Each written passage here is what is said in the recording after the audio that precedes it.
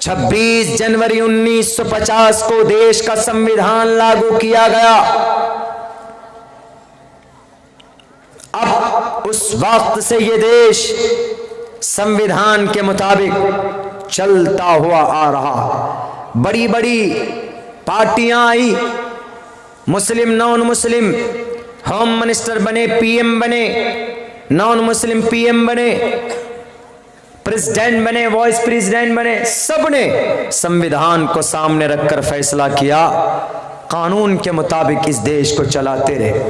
अभी कुछ लोग आए हैं गॉडसे की औलाद, सावरकर के चेले, मर के चला गए सावरकर साहब, लेकिन अपने वंश को छोड़ करके गए। वो गॉडसे जिन्होंने गांधी जी की हत्या की थी, वो सावरकर जिसने अंग्रेज के कंधे से कंधा मिलाकर इस देश को गरीब किया था, गद्दारी की थी इस भारत की माता से, इस भारत की मट्टी से जिस सावरकर ने गद्दारी की थी, उनकी औलाद है ये। लाखों बोले जुबान से कि हम इस देश के नागरिक हैं, भारत माता की जय, लाख बोलो नहीं मानेंगे। क्यों? तुम्हारे दिल के अंदर दोगलापन, मुनाफकत है, बोलते कुछ हो करते कुछ हो, नहीं मानेंगे। Do you have any kind of proof? है कोई तुम्हारे पास प्रूफ? 26 जनवरी 1950 को संविधान लागू किया गया। तो संविधान का पहला पन्ना आप खोलेंगे, पहला पेज खोलेंगे, तो उसके अंदर लिखा हुआ we the people of India. We अंग्रेजी में एक से अधिक लोगों के लिए यूज होता। We I, we, you, he, she, they, it. I मैं, यू तुम, ही शी मर्द औरत के लिए, दे बहुत सारों के लिए, दे, इट वो गैर ज़वील उक़ूल के लिए इस्तेमाल होता। आई मैं, वी हम, we the people of India. We it is used for plural not singular. We इस्तेमाल होता है एक से अधिक लोगों के लिए। और क्या लिखा पहले लाइन पे? संविधान सब लोगों ने जिसको माना, जिसको एक्सेप्ट किया, we the people of India, हम भारत के नागरिक हैं। कौन कहता है? संविधान का पहली लाइन, हिंदुस्तान की संविधान का प्रियाम्बुल यानी तमहीद, ताकि किसी भी आरएसएस के, वीएचपी के, बजरंग दल के नशाखोर को, आतंकवाद, दहशतगर्द, टेररिस्ट को ये जुर्अत ना हो सके कि वो इस संविधान के खिलाफ जाकर कोई फैसला दे। We the people of India, हम सब इस देश के नागरिक हैं। कहां लिखा है? हिंदुस्तान के संविधान के पहले लाइन में, प्रियाम्बुल में सबसे पहली लाइन तमहीद इस देश के संविधान का यही है, we the people of India.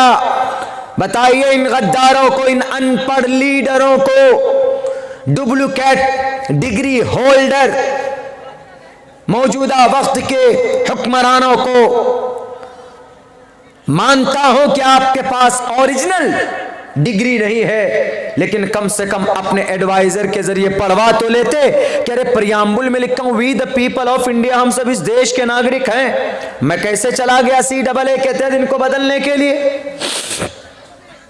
CAA Pakistan, Bangladesh, Afghanistan से जो मुस्लिम के अलावा आएगा उनको नागरिकता दी जाएगी, बाकी अगर मुस्लिम आएगा तो उनको नहीं दी जाएगी। और कुछ लोग गोदी मीडिया क्या बोलते हैं? अरे ये तो बाहर से आने वाले लोगों के लिए प्रावधान है, इस देश में रहने वाले हिंदू या मुस्लिम की तो जिक्र ही नहीं है इसमें, तो इसलिए ना तो हिंदू को गम करने, फिक्र करने की जरूरत है, ना मुस्लिम को फिक्र करने की जरूरत है। ये लॉलीपॉप थमा रहे कौन? ये मीडिया वाले, जिन्होंने करोड़ों रुपए खा खा कर उन्हीं के सुर में सुर मिला रहे।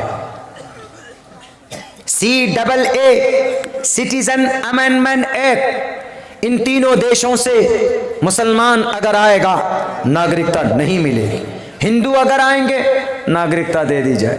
हम तो ये कहते हैं कि तीनों देश क्यों, पूरी दुनिया का जिक्र करते तो अच्छा होता, आपका दिल बड़ा होता, पूरी दुनिया में नाम होता कि देखिए हमारे होम मिनिस्टर साहब, हमारे मोदी जी और अमित शाह का कितना बड़ा दिल है। सिर्फ बोलते नहीं है कि 56 इंच का उनका पेट है, बल्कि 56 इंच का कलेजा भी है। क्यों? पूरी दुनिया के लोगों के लिए ऐलान किया कि अगर कोई भी शरण मांगे हिंदुस्तान में तो हम देने के लिए तैयार हैं किसी भी धर्म को। कितना बड़ा नाम होता, लेकिन नहीं, शर्म से नाम झुका दिया इंडिया का। कहां पर? ग्लोबल लाइन पर। कैसे? इन तीनों देशों से हिंदू, मुस्लिम, मुस्लिम के अलावा कोई भी आएगा नागरिकता, मुस्लिम आएगा तो नागरिकता नहीं। चलिए हमको नागरिकता नहीं चाहिए, जो इन तीनों देशों से आए उनका मैटर। लेकिन यहां के मुसलमानों को कैसे नुकसानदेह है ये? कैसे नुकसानदेह? इन तीनों देशों से जो भी आएगा उनको सबसे पहले ये कहना होगा I am from Pakistan, I am from Bangladesh, I am from Afghanistan. ये उनको कहना होगा, पहले एक्सेप्ट करना होगा, तब जाकर उनको नागरिकता दी जाएगी कि ये रिफ्यूजी हैं। यानी पहले घुसपैठ माने जाएंगे वो कि ये बांग्लादेशी हैं, तब जाकर उनको नागरिकता दी जाए। जब एनआरसी होगी तो एनआरसी में हिंदू का भी नाम छटेगा, मुस्लिम का भी छटेगा। हिंदू का जो नाम छटेगा उनको तो चिंता ही नहीं, क्यों? उनका नाम छटेगा तो वह कहेगा कि भाई हमको गवर्नमेंट कहेगा तुम बांग्लादेश से हो, नाम छटा हुआ तुम्हारा एनआरसी में नहीं है, इसका मतलब तुम बांग्लादेशी हो, तुम शरण लेना चाहते हो। वो कहेगा हाँ शरण लेना चाहते हैं, लेकिन शरण लेने से पहले वो घोषित तो होंगे ना कि भाई ये रिफ्यूजी है, उनको नागरिकता के लिए अप्लाई करनी होगी। उनको तो मिल जाएगी चलिए, लेकिन रह जाएंगे बेचारे कलमा पढ़ने वाले। अब ये मुसलमान, इनका नाम जो छटा है, ये भी नागरिकता लेना चाहेंगे, तो अब ये कहां जाएंगे? ये कहेंगे कि CAA, तो गवर्नमेंट कहेगी CAA में तुम्हारा तो नाम ही नहीं है, वहां तो हिंदू का सिर्फ नाम, जैन का नाम है, बौद्ध का नाम है, तुम्हारा तो नाम मुसलमान अब्दुल रहमान है, कैसे तुम के हासिल कर सकते हो नागरिकता? एक काम करो, अब RSS वाले पहुंचेंगे दौड़ते हुए पीछे पीछे, कहेंगे कि अब्दुल्ला साहब आपका नाम एनआरसी में नहीं है, बचने का एक ही रास्ता। कहेगा कौन सा रास्ता? कहेगा कि अपना नाम फौरन बदल लीजिए, मुस्लिम से हिंदू नाम रख लीजिए, शंकर यादव, अभी 2 घंटे में आपको एनआरसी मिल जाएगी, नागरिकता मिल जाएगी, एनआरसी में नाम आ जाएगा। अब वो आदमी डिटेंशन कैंप में जाने से बचने के लिए अपना धर्म बदलेगा कि नहीं बदलेगा? फौरन अगर 10 करोड़ या 15 करोड़ मुसलमानों का नाम नहीं होगा एनआरसी में, उनका फैसला हो चुका होगा डिटेंशन सेंटर में जाने के लिए, तो एक झटके के अंदर अपना धर्म बेच लेंगे। तड़ी पार आए, सोचा कि जितना आसान चाय बनाकर बेचना था उतना ही आसान इस देश को बनाकर बेच देंगे, उल्लू बनाकर, यही सोचा होगा उन्होंने। लेकिन नहीं, अब ये ऑफलाइन दुनिया नहीं, अब ये ऑनलाइन दुनिया है। अपना धर्म बदल लेंगे और वो मुर्तद हो जाएंगे, गैर मुस्लिम बन जाएंगे डिटेंशन सेंटर में जाने से बचने के। ये असल में मकसद CAA लाने का मकसद हिंदुस्तान के अंदर हिंदू भाइयों को महफूज करना और इस देश के मुसलमानों को या तो डिटेंशन सेंटर में भेजकर कमजोर करना, या तो फिर उनको इस देश के अंदर उनका धर्म बदलवाना, धर्म परिवर्तन कराना, ये मकसद है। तो अच्छा, ये CAA संविधानिक एतबार से जायज है? कहां तक जायज? अब देखिए क्या है, इंडिया के अंदर पाकिस्तान, बांग्लादेश, अफगानिस्तान से ये मुस्लिम के अलावा कोई आएगा तो नागरिक, मुस्लिम, लफ्ज मुस्लिम याद रखिएगा, इनका नाम शामिल नहीं। अब हिंदुस्तान का संविधान उठाइए, संविधान number, article number 14, equality before law, ये अल्फाज हैं, एक लफ्ज आगे पीछे नहीं होगा। इक्वालिटी बिफोर लॉ, सारे लोग बराबर हैं, चाहे वो मिदनापुर के हों, आपके इस बस्ती का हो, खड़गपुर, कोलकाता, हावड़ा का हो, या वो गांधीनगर गुजरात के अहमदाबाद का पीएम और होम मिनिस्टर साहब, इक्वालिटी बिफोर लॉ, 200 रुपए मजदूरी करने वाला भी और इस देश के ऊपर, इस देश का प्राइम मिनिस्टर कुर्सी पर बैठने वाला भी गवर्नमेंट के नजर में नहीं, संविधान के नजर में, कानून के नजर में बराबर है, कोई ऊंच नीच नहीं है।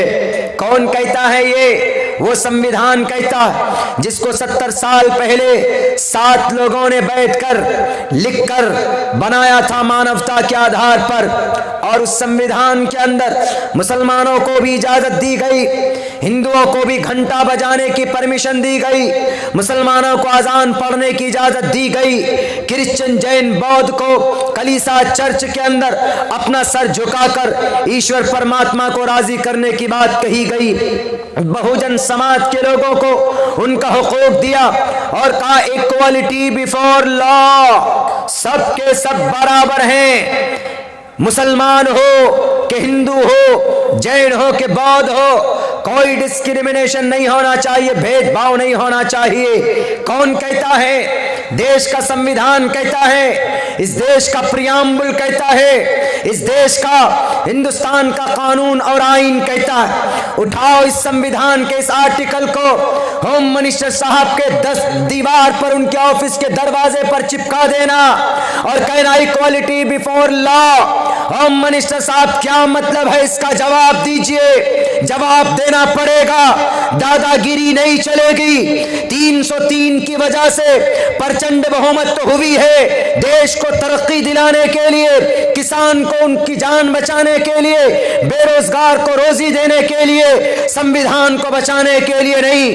कयामत तो आ सकती है, आप अपने ताकत के जरिए से इस देश के संविधान को नहीं बदल सकते।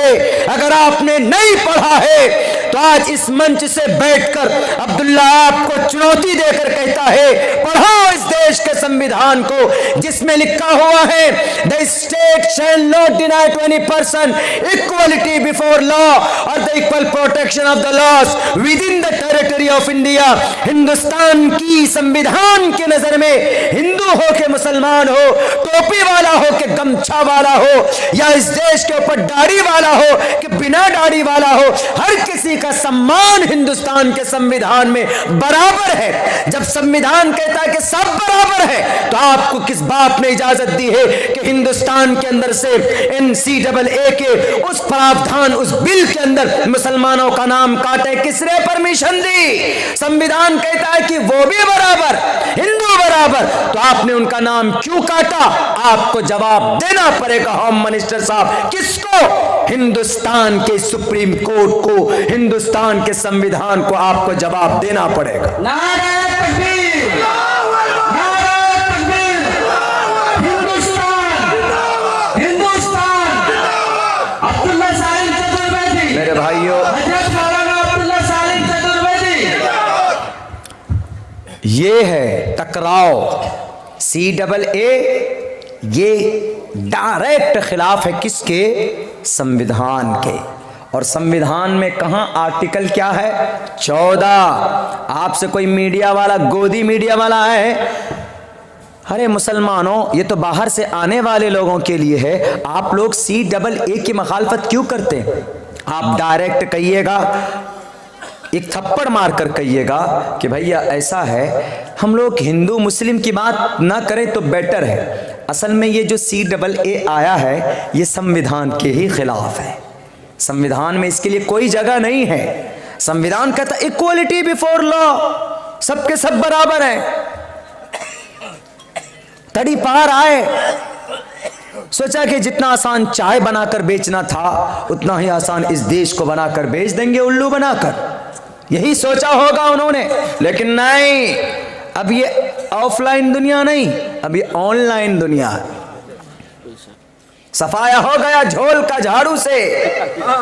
जी, खैरियत मनाओ, ईश्वर के लाठी के अंदर आवाज नहीं होती।